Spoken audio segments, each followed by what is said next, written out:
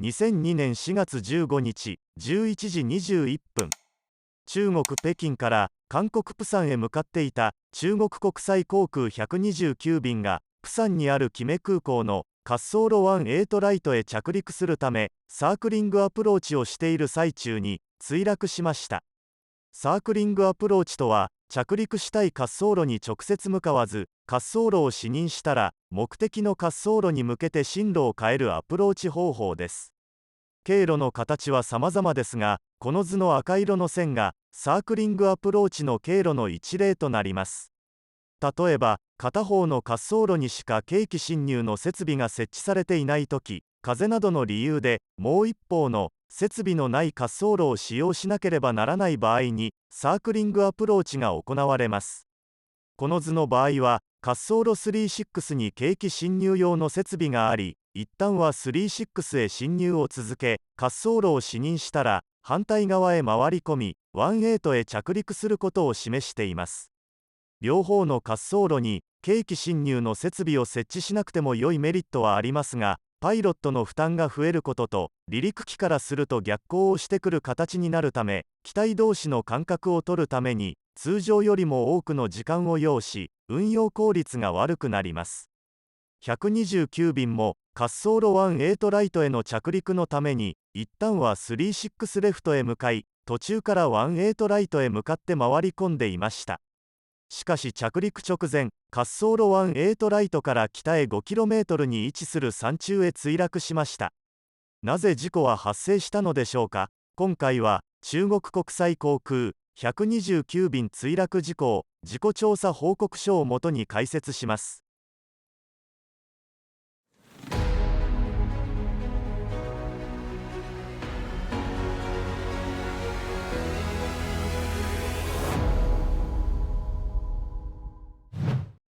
本動画は公式もしくは信頼できる情報をもとに制作していますが、誤りがございましたらコメントにてお知らせいただけますと幸いです。また、使用している映像や画像は事故機とは異なるものが含まれています。2002年4月15日午前8時37分、中国国際航空129便が中国の北京首都国際空港を出発しました。この便は北京を出発し、韓国釜山のキメ空港へ向かう定期旅客便でした。事故当日の運航機材はボーイング 767-200ER 型機。機長が1名、副操縦士が2名、客室乗務員が8名、乗客が155名の合計166名が搭乗していました。なお、この便は副操縦士が2名搭乗していたため、本動画では便宜上操縦席に座っていた副操縦士をそのまま副操縦士、ジャンプシートに座っていたもう一人の副操縦士をセカンドオフィサーと呼びます。この便の機長は30歳、1994年に中国国際航空へ入社し、2001年11月から機長として乗務していました。総飛行時間は約6500時間、うち6300時間はボーイング767で機長として約300時間飛行していました。事故直近のフライトは5日前で北京と成田を往復していました。事故の前日には社内規定に基づく定期航空身体検査を受け合格していました。副操縦士は29歳、1993年に中国国際航空へ入社し、2002年2月からボーイング767の副操縦士として乗務していました。総飛行時間は約5300時間、うち1200時間はボーイング767でした。セカンドオフィサーは27歳、1997年に入社し、総飛行時間は1800時間、うち1100時間がボーイング767での飛行でした。彼も機長と同じく事故の前日に身体検査を受けており、合格していました。9時前に北京空港を離陸した129便は順調に飛行し、約2時間後の10時49分、韓国釜山のキメ空港が管理する空域に到達しました。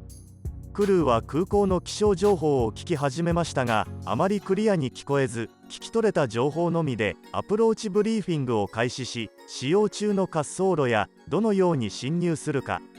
そして着陸をやり直す場合はどのような手順で行うかなどを話し合いました。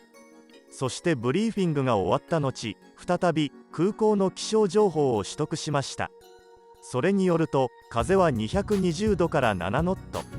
視程見通せる距離は2マイル、雨と霧、雲が500フィートから存在し、2500フィートで完全に空を覆っている状況。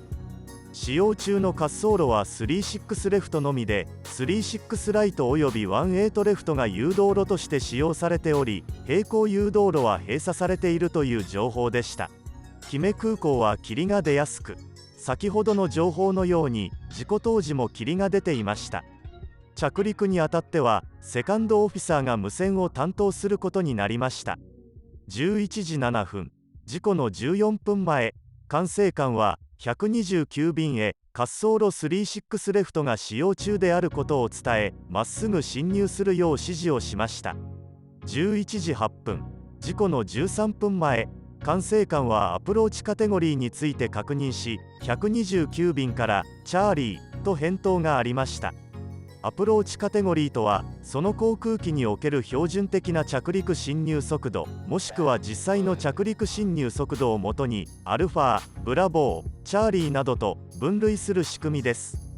個々の滑走路ごとに、それぞれのアプローチカテゴリー別に、滑走路が見えなくても降下できる最低の高度や、最低限必要な指定が決められています。キメ空港の滑走路36レフトにはいくつかのアプローチ方法がありますが、これはそのうちの一つのアプローチを説明した資料からアプローチカテゴリー別の基準を抜粋したものです。分類はアルファよりもブラボー、ブラボーよりもチャーリーが速度が高い航空機に向けたものになります。航空機が旋回するとき、同じ傾きで旋回すると速度が高い方がより旋回半径は大きくなります。旋回時に傾ける角度にはある程度決まりがあり、速度が速い状態で旋回半径を小さくしたいからといって極端に急な角度へ傾けることはできず、結果的に旋回半径が大きくなることで地上物へ衝突するリスクが上がります。そのため、より高い速度のカテゴリーは低い速度のカテゴリーと比べると滑走路が見えないときに降下しても良い最低高度が高くなったり、必要な見通し距離が長くなるなど最低条件が引き上げられることがあります。先ほどのキメ空港の資料でサークリングアプローチの条件を確認すると、アルファであれば滑走路が見えない場合に520フィートまで降下ができ、視程も1マイルで良いところ、デルタでは1700フィートまでしか降下できず、視程も3マイル必要になります。中国の航空当局はボーイング767の200型機のアプローチカテゴリーをチャーリーと認定していました。一方、中国国際航空の運航規則ではチャーリーとデルタの両方が記載されており、まっすぐ進入する場合はチャーリーかデルタ、サークリングアプローチをする場合はデルタとしていました。また、アプローチカテゴリーにかかわらずサークリングアプローチをする際、滑走路が見えないときに降下しても良い最低高度は300メートル、視程は5キロメートルという規則もありました。そしてこの5秒後、129便の運命を変える状況となります。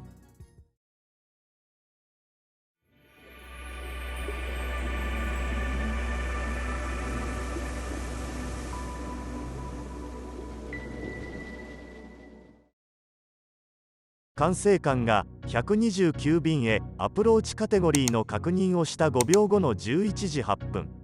キメ空港の気象情報が更新されました。それによると、風は210度から12ノット、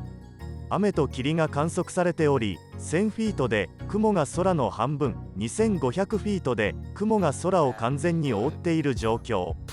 そして使用中の滑走路は18ライトに変わり、サークリングアプローチで進入すること。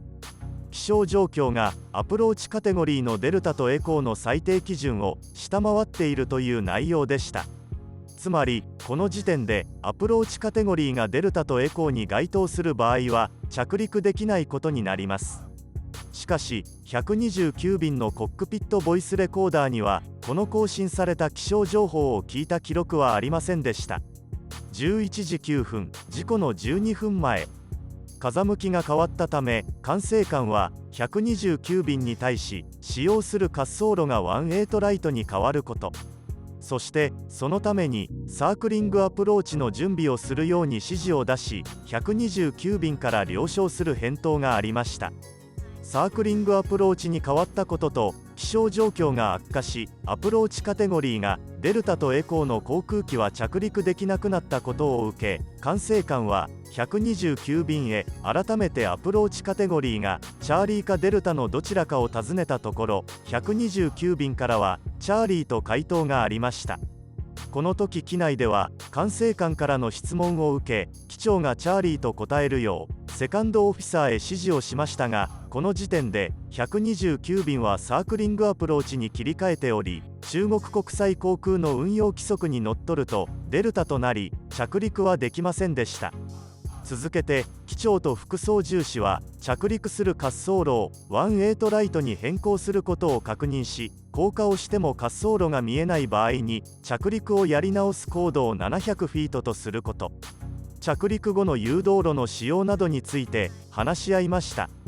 この中で機長は近くに山があるのでサークリングの旋回半径を大きくしないようにするという注意点を挙げましたが、当初の36レフトへ着陸しようとした時と違い、この時の話し合いでは着陸をやり直す手順は話し合われませんでした。11時13分、事故の8分前、機長が雨が降っているが雨の情報はありましたかと発言。前述の通り更新された空港の気象情報を確認していなかったため、129便のクルーは雨の情報を持っていませんでした。通常空港の気象情報は1時間ごとに更新されますが、天候の変化が大きい場合は臨時に更新されることがあります。クルーは2回目に気象情報を聞いた時、初回の内容から更新されていたため改めて確認することに意識が向かなかったと思われます。この2分後に機長はサングラスを外してください、視界が悪いので外に目を慣らしてくださいと言っており、視界が悪いことを気にしている様子でした。11時16分、事故の5分前、管制官から滑走路18ライトへのサークリングアプローチが許可され、滑走路を視認したら報告するよう指示がありました。この時点で129便は許可の復唱はしましたが視認については触れませんでした。2分後、管制官は再び129便へ滑走路を視認したら報告するよう指示。129便から視認したとの報告がありました。この報告の後、機長がオートパイロットをオフにして左に旋回と言ったのに対して副操縦士は私が操縦すると応じてオートパイロットをオフにし、18ライトへ回り込むために手動での左旋回を始めました。11時20分、事故の1分半前、機長が副操縦士へ滑走路の端が見えているか尋ね、副操縦士は見えていると答えました。それを受けて機長はタイミングと言ってベースへの旋回を開始するためのタイミングを計測し始めました。滑走路から離陸して再び着陸する経路を常習経路やトラフィックパターンと呼びます。トラフィックパターンは上から見ると長方形をしています。この長方形のそれぞれの辺をレグと呼びますが、各レグには名前がついています。離陸した直後をアップウィンド、次に90度旋回したレグをクロスウィンド、さらに90度旋回して離陸した滑走路と逆の進路に進むレグをダウンウィンド、次に90度旋回して滑走路へ近づくレグをベース、最後に滑走路へ向かうレグをファイナルと呼びます。この時129便はダウンウィンドを飛行しており、滑走路18ライトの端のほぼ真横まで到達したため、機長はベースへ旋回するタイミングを時間で判断しようとカウントを始めました。カウントを始めて10秒後、副操縦士が風が強すぎて操縦が難しいと発言。直後に時間を計っていた機長はベースへ旋回というとともに操縦を変わりました。ちょうどその頃、管制官からベースへ旋回するときに報告せよという指示に続けて着陸の許可が出ました。11時20分54秒、事故の20秒前、副副操縦士が高度の維持に注意してくださいと注意を促したのに対し、機長が滑走路を探すのを手伝ってくださいと応じましたが、他のクルーからは反応がありませんでした。この時点で機長は滑走路を見失っていた可能性があります。11時21分9秒、事故の8秒前、機長は副操縦士へ滑走路は見えていますかと尋ねたところ、副操縦士は見えませんと答え、続けてゴーアラウンドをしなければなりませんとも述べましたが、機長は反応しませんでした。